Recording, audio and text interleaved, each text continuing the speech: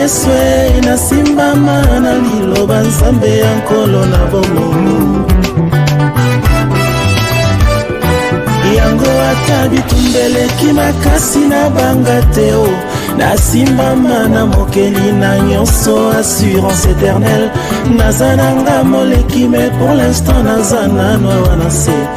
Abenginga mwinda nasala nini naza kopela Yesu. Yango ata liboso ya kufa na banga nini, nasimbama na makomi elobi Yesu alonga ndeliwa. Nazananga moleki mais pour l'instant nazana no na bombon. Abenginga mungwa nasala nini naza kopesa gu na mokili. Kolo ya pesinga tina nazaya ye, nakoma propriété privée ya Nzambe mokeli ya nyonso. Nzambe na banzambe, Nzambe oyo na nguya molimo mosantu. Mopepe ya molimo mosantu eki kokumba boto, ebwaki epa elingi. Tala lelo ebwaki nga na Kisangani. Ozali kombo nao. Awa shit oto bengi ya wagenya. Tala merveille ya Nzambe. Bongo message onga na ena ngolelo awa. Bandeko na ngai ya mboka oyo. Liboso yaki na kati ya kobunga. Po molimo mosantu aye alobi. Molimo mosantu alobi na biso. Alobi bokoyeba molimo mosantu azobisa biso alobi ako convaincre mokili na likambo etali masumu, na likambo etali justice, na likambo etali jugement. Likambo etali masumu ya solo penza na liboso libota oyo bayebaki te. Na kati na kobunga bazalaki na kati ya errance lokola banyama. Po nini? Po moto na moto alingaki aluka nzela na ye. Babungaki bazalaki mosika na nkembo na Nzambe. Po na likambo ya kobunga bazalaki na kati ya kozanga nyonso. Mbe lelo yo tala maloba oyo na yiko sopawa mai oyo eza kochola oyo mai ya Kongo. Epai oza kochola, epai oza kokende, yoka message ya Nzambe. Libota na Nzambe o bazali basiri koyeba ke Yesu Kristu akufa pona masumu na bango, afuta nyongo, asekui, tako asekui, azali ko continuer ko justifier bango. Cela veut dire pas si moko ekristo ko continuer te. Kufa na Yesu ya kolobani na lobi, il a effacé l'acte dont les ordonnances condamnaient ce peuple inutilement, injustement. Il les a dépouillés, les autorités. Il les a dépouillés, les dominations. Il les a livrés publiquement spectacle. Il a triomphé de tout ça par la croix, l'œuvre de la croix. Alors il n'y a plus aucune condamnation pour ce peuple. Mabele oyo, mayo eza kochola oyo. Ozo sala musala pamba te. Bon Nzambe ndi akeli yo. Bongo tango yo za kokende, na tango nzelo kumba message oyo. Kende ko bisa ba mai nyonse pa bokokutana. Epa euti na ba rivière nyonse za Lualaba, oyo euti na Lubumbashi, oyo euti epai na epai, oyo ezali ko sangana. Si ezali kochola, yoka message. Po yoka bofunga matoyi. Kondima koka message contraire te. Message contraire cela veut dire bon dibate koyoka na monguna. Pona ko exterminer peuple ya Nzambe, pona ko boma, pona ko kotsa ba maladie, pona ko silisa batu kondima te, koyoka te, yoka maloba na Nzambe. Nyonso koleka, me maloba na Nzambe kotika. Nzambe lobi na kati makomi na ye. Alobi telema belela. Alobi réveille ma mémoire, plaidons ensemble, mais c'est toi qui dois parler. Yango, na ye lokola Esther. Esther tango elingba exterminer libota ya Nzambe. Noko na lokola mbolio mosantu alobi yoka disio ndoko bika soki ofandi kimia telema loba bongo Esther telema ki alobaki bongo mokonzi atunaki ye Esther où est-il so ton ennemi qui est-il yango na ekoloba kolo ennemi ya mboka na biso aza kosimba mu binduki aza kosimba mbeli azali kokota ba maladie oto yebi kombo te oyo banda mokile banda to yebi te aza kokotisa bongo ndena yango kasi roi pesaka yano ndenge moko Nzambe apesi yano ongana ekokona awa lokola molimo na Nzambe meminga lokola moto na liboma na ye kokona maloba na Nzambe nyonso ekoleka kasi maloba na Nzambe ye yango ndezopesa biso bombo alobi nyonso ekoleka mais sa parole subsistera éternellement à jamais. Sa parole ne passera pas. Sa parole c'est ça la vie. bomoi na kati na mai oyo ndongo za kokende pesa sango oyo loba kofungola susu mondoko te komela makila ya bato te koyoka na maloba mosusu te toutes tes paroles étrangères na maloba na nzambe koyoka te kondima te loba kaka continue koloba oyo yesu asala mpo na libota ya nzambe oyo bazali na kati ya mabele oyo na parti moko ya RDC yesu asi afuta nyongo za lisusu te bazali réellement libre tala maloba oyo na ye kokona ekontinue mai ndongo za kotiola kumba maloba oyo kende nango pesa ma message ti loko ozali voisin direct na este kende koyebisali mabele volcanique mabele tombukeli bato mabele komi kokimisa bato mabele bimisi moto bato bakima mai etombuki ekomi kobeta mbata epai bato bazali kokima mabele yoka maloba yango oyo mabele volcanique bangomba boyoka biloko nyonso nzambe akeli banzete ya minene banzete ya mike mabanga nzambe alobi nyonso akeli eyokaka ye boyoka maloba na nzambe bapeuple asila kobika bondima enemi te bondima maloba aza koyela bino te soki aye boresiste olomboka bakufa pamba kondima te boya maloba na nasepeli mingi na koyamba mama na ntongo ya lelo tolingi tosunga mama topesa histoire na biso ya bagenya histoire na biso ya bagenya bandaka pate ya ile ozomona ile oyo ya dialete ebengami na kombo ya maele na lingala maele awa nde kombo ya collège maele ebimaka ntango bamissionnaire ya catholique bayaka bakendaka visite kuna nde batuni bakoko kombo ya ile oyo na monoko ya mboka bakoko bebisi bango ke maele na lingala maele même collège maele babakisaka accès gisi ma esali maele wana nde eza premier village na biso ya wagenya okombo wana okake mugenya elingi koloba nini mugenya elingi koloba na swahili mugeni na lingala mopaya biso toza barivere totala ana modi fleuve kote ya nyango tobimaka parceke moto aosala 15 minutes 10 minutes na se ya masanse de respiration ezabulaka ete nzambe na nguya nzambe malamu mokokisi na nyonso mozalisi na likolo na se nzambe oyo asala RDC na kati ya continent africain nzambe oyo asala RDC mpe atie province la grande province orientale na kati ya RDC yawe natomboli nkombo na yo lelo oyo na kati na mai oyo mai oyo eza kotiola oyo ezali kopesa ezali kosunga bato na bilei na makambo ebele na ebele mokonzi naye kopambola nkombo na nzambe yo olingaki okomisa ngai lelo na esika oyo nazongisi matonde epai no papa napamboli libota ya bato nyonso bayambi ngai oyo batiki ngai nakota po ezali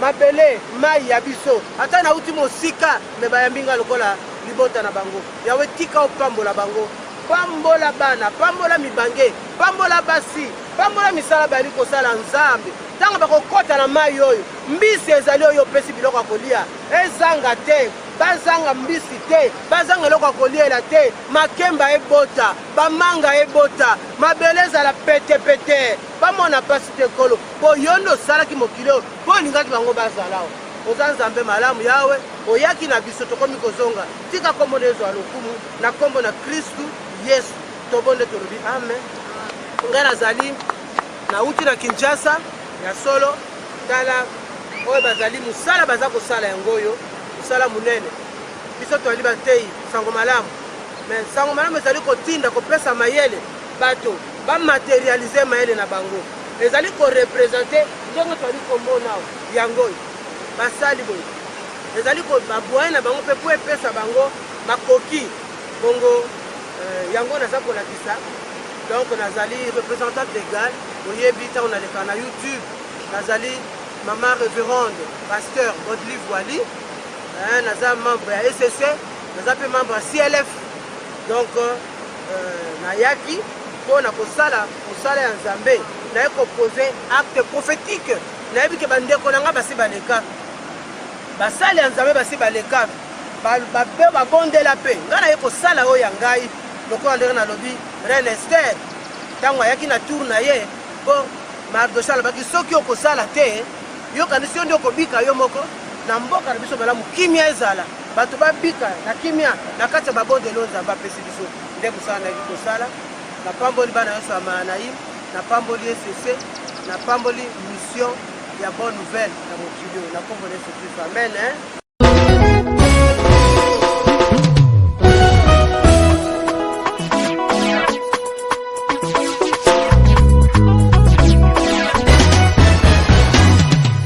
Papa na biso zana likolo biso tokumisi kombo na yo tondimi bokonzi na yo lelo libela na libela yawe umama na yo yawe umama na yo umama na yo yawe umama na yo elikia nanga bobele na yo kati na bato mokili te na yo nde papa lobi kwa solo yo nde okosaka te yawe umama na yo yawe umama na yo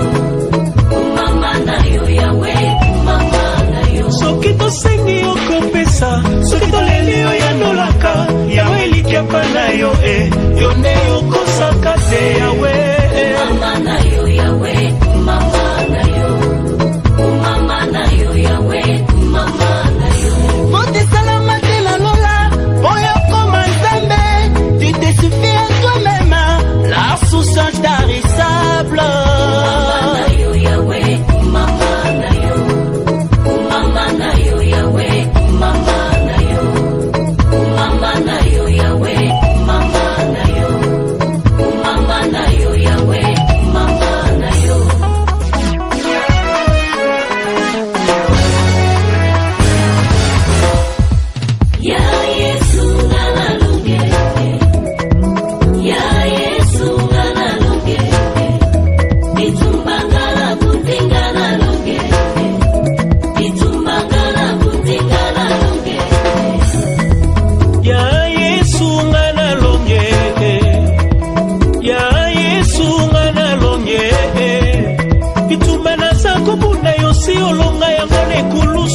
Je ne combats plus pour la victoire, mais je combats dans la victoire.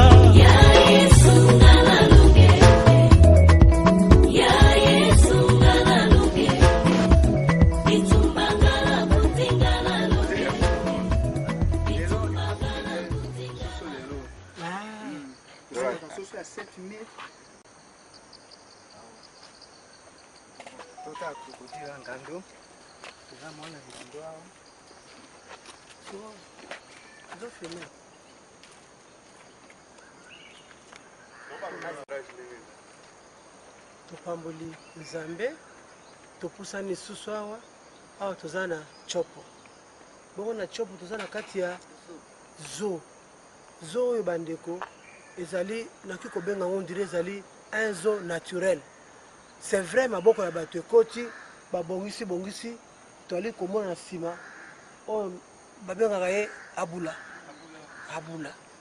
donc nyama oyo nzambe asali takinshisa tokobenga kaka makako toyebi kaka koma makako mais awa cela veut dire en même temps banyama oyo bazali babongiseli bango ndako mais na nsima awa eza zamba oyo kaka mpenza forêt bongo babongisi yango babongisi nde batie banyama oyo ezali merveille ya nzambe kaka nzambe apermettre biso lelo oyo na bilili bokolanda awa komona tango moto alamuki toke exemple ya Zacharie tango angelo abimeli ye ayebisi ye Elisabeth azalaki déjà vieille âgée en âge azalaki avancé en âge tango angelo ayebisi ke mwasi na yo akobota bakopesa mwana kombo ekozala Yohane bongo Zacharie adutaki angelo ayobi lokolo odute na kanga yo munoko me mokolo ekomaki mwana botami tango ekokaki tango Zacharie afungolaka monoko eloko ya liboso alobaki ezalaki na pamboli nzambe donc soki omoni merveille ya nzambe eloko ya liboso ekozala na pamboli nzambe apesi biso minoko oyo mpona toza bilobaloba te bandeko nzambe apesi yo monoko ezali mpona kolakela moninga mabe te kolakela mokonzi ya mboka mabe te kolakela mabele oza konyata mabe te kolakela banzete bibwele mabe te malamu zongisa matondo epai na nzambe oyo asali yo moto apesi yo pema ya bomo oyo apesi yo maloba ozali koloba lokola nzambe banyama baza koyoka me baza koloba te nzambe ayoka kaka maloba na moto me moto loba ndenge nzambe alakisi ndenge ya koloba ofungoli monoko pambola nzambe tala Zacharie na zoka exemple ya Zacharie tanga fungoli monoko pour pendant un temps azaki miwe pa a comprendre ki makambo ya Nzambe te bon ba vandisa ki miwe pour comprendre bon mokolo ya fungola ka monoko alobi oh Nzambo za malamu abandi ko prophétiser puisque na kati na tondi samaki na bolamu ya Nzambe tale sika oyo ezali sika oyo muto ki kozala tellement zali émerveillé na nzete awa ba makaku baza koleka awa likolo awa ba nyama ndenge na ndenge oyo nyonso toyebi kotanga naturellement baza ya kotonda boni te na tombo na mongongo na ngai nakumisa Nzambe na ngai nabake Nzambo za malamu Nzambo bongi na lokumu Nzambo bongi na nkembo matondo na yokolo yo sali biso bato na kati na Afrika osali biso na kati na RDC opesi biso zamba monene opesi banyama ndenge koki ozali malamu nkolo na tondi obotondi pe na zongisi lokumu nkembo epai na yo po oyo lakisi nga ezali kolakisa ya solo za Nzambe kumba masanjolama obongi na nkembo pe na lokumu libela na kombo na Yesu Kristo tobonde tulobi amen.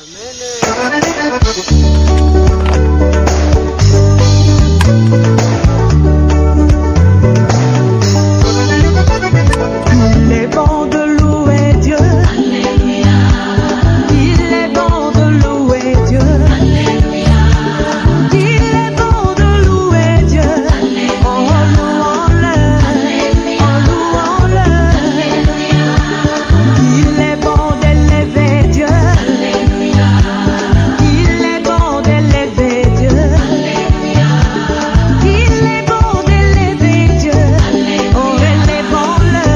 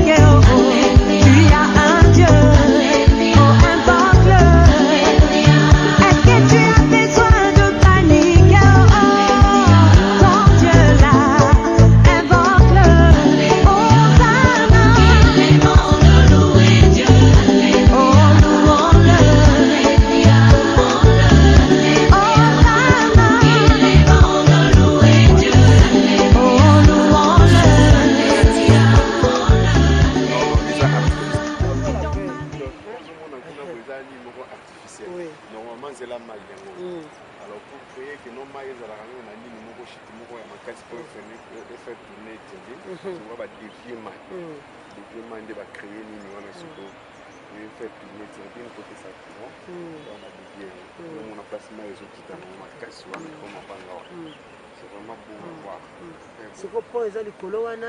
Les pots, oui, pots chop. Pot chop c'est quoi poto? Rivière chop. Rivière chop. C'est pas tout le kuna.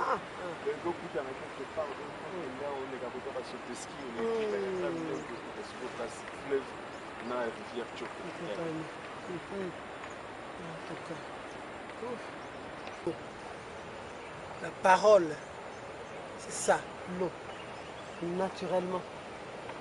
La parole. Alobi, ouais, comme la maille, on ne pas l'eau qui ne tarit jamais. C'est ça, naturellement. Ce qu'on comprend dans le Nzambe, on doit comprendre très clairement. Voilà, l'eau. T'as la mérite. Maille, là, on a aussi sa maille. Yes, alobi, yazali maille à bon mot. T'as la maille à vous. Motoni à kokende, na kati ya chute ya maille wana, na mouvement nyonso wana, na quantité, na force waza na na kosilisa. Yesu alobi aza maille. Oyo ameli maille ya Yesu ekosilaka te maille ya bomo. La vie c'est l'eau. La vie c'est Jésus.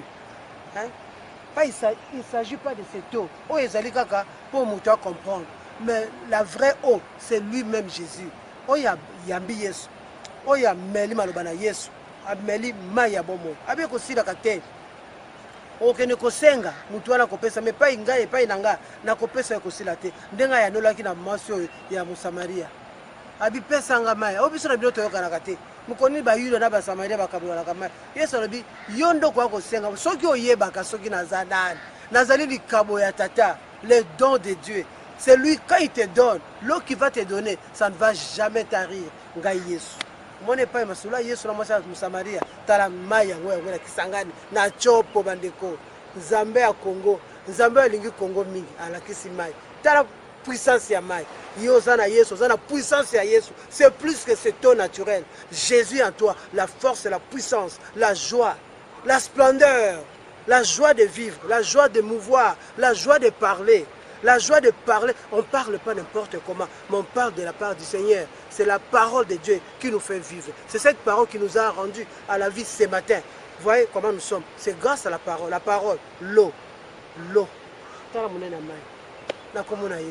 Maman, pour vous compléter, c'est quoi bien à Kisangani? Kisangani, c'est que na kati ya mai, Kisanga. Donc, au moins, tu as mai, comme la mai, ils sont entourés de l'eau. Entourés de l'eau. Donc, tu as l'élément, il y a mai. Donc, nous avons mai. Donc, ceux qui vous ont mai, on va supposer ça. Mai, Kisangani, c'est une belle ville. Voilà. Trop calme, qui est entourée de l'eau. Tu as la merveille, tout le monde naturel. Il faut pas comprendre le message ni kaka yango papa maloba na Nzambe kaka ndenge obakisi yo za mwana ya awa ngana wuti na ngako wuta mais lokola yo pe maloba no okoni yango maloba ya Nzambe kufaka te lokola yo koni oyo ko compléter ngana za koloba okoni na kombo ya bandeko nyoso ya grande province orientale maloba na Nzambe ezali awa lokola bango ba kona mina kati ya mabele oyo ti ndenge Nzambe akokokisa na tango na ye bakoyeba mpo na kati ya Kisangani bisengo eleki biyenga eleki bato baza kaka dans la joie mais cette joie là so basangisi yango na la vraie joie oyo Yesu apesi Kisangani ekolonga na kombo na Yesu.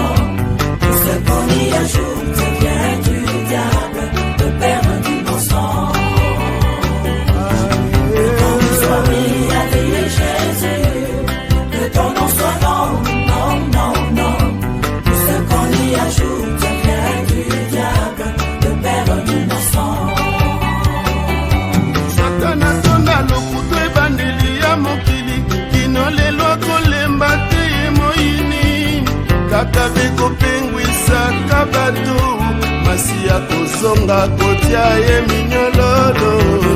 Sois oui, a dit Jésus, que ton nom soit non, non, non, non. Tout ce qu'on y ajoute vient du diable, le père d'innocent. Sois oui, a dit Jésus, que ton nom soit non, non, non, non. Tout ce qu'on y ajoute vient du diable, le père d'innocent.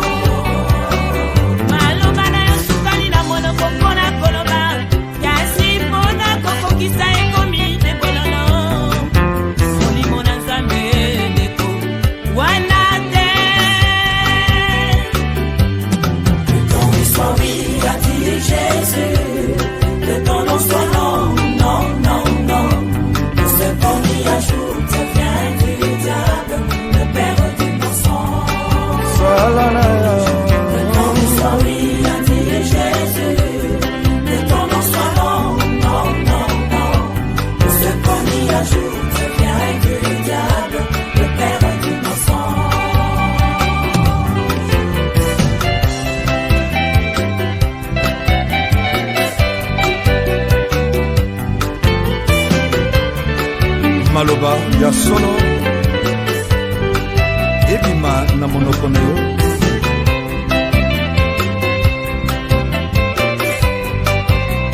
oyo ozali koloba yango nde koyeba na kosalela.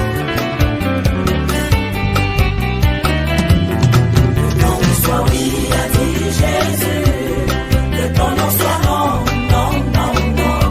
Tout ce qu'on y ajoute vient du diable, le père d'innocent. Que ton nom soit oui, a dit Jésus, que ton nom soit non, non, non, non. Tout ce qu'on y ajoute vient du diable, le père d'innocent. Salana ya bizala sora maloba kolobela moninga nsima yo baluki kebaka